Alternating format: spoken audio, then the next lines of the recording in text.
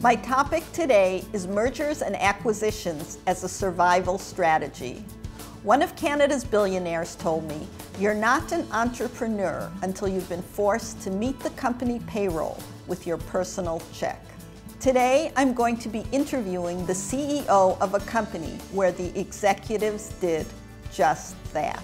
In the mid-1990s, eXp Global was tied to the Ontario residential real estate market. When that market collapsed, executives took out second mortgages on their home in order to keep the company afloat.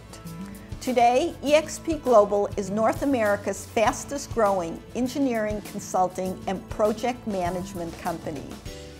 My guest is Vlad Stratitsky, President and CEO, who will tell us how he engineered this turnaround. Welcome, Vlad. I understand you're one of Canada's 50 best managed companies. Congratulations. Yeah, thank you, Miriam. We actually qualified 5 times in a row, and we now have gained a designation of being a platinum winner. That's pretty extraordinary. Yes, it was, yeah. Thank you. Vlad, tell me what you learned from your experience in the 1990s.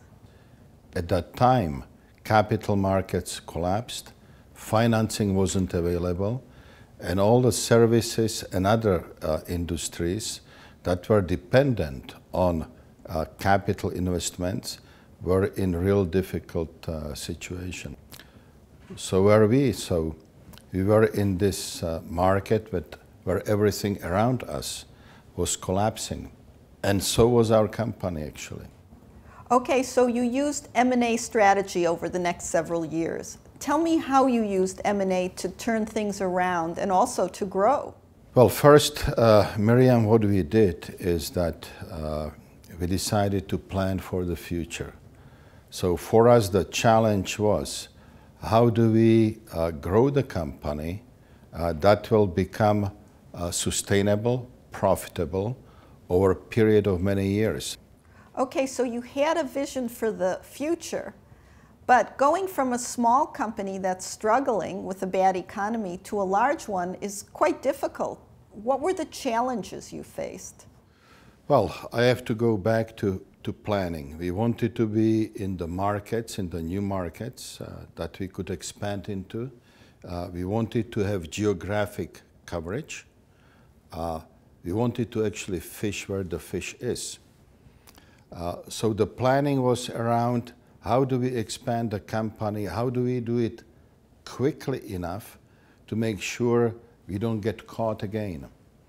And the fastest way was actually not looking at organic growth of the company, but the fastest and surest way was to expand into new markets and new geography through acquisition strategy. Let's say somebody else wanted to use this M&A strategy. What advice would you give to other companies using M&A? Well, have a plan.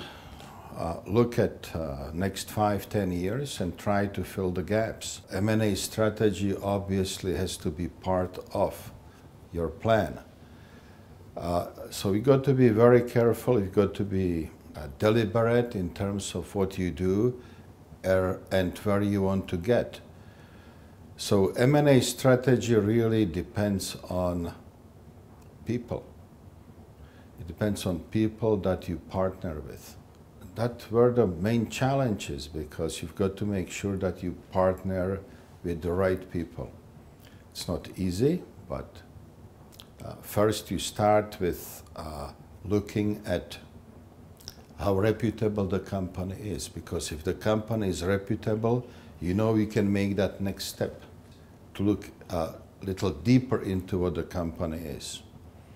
So a reputable company almost always has very reputable entrepreneurs, founders of the company behind any company's success.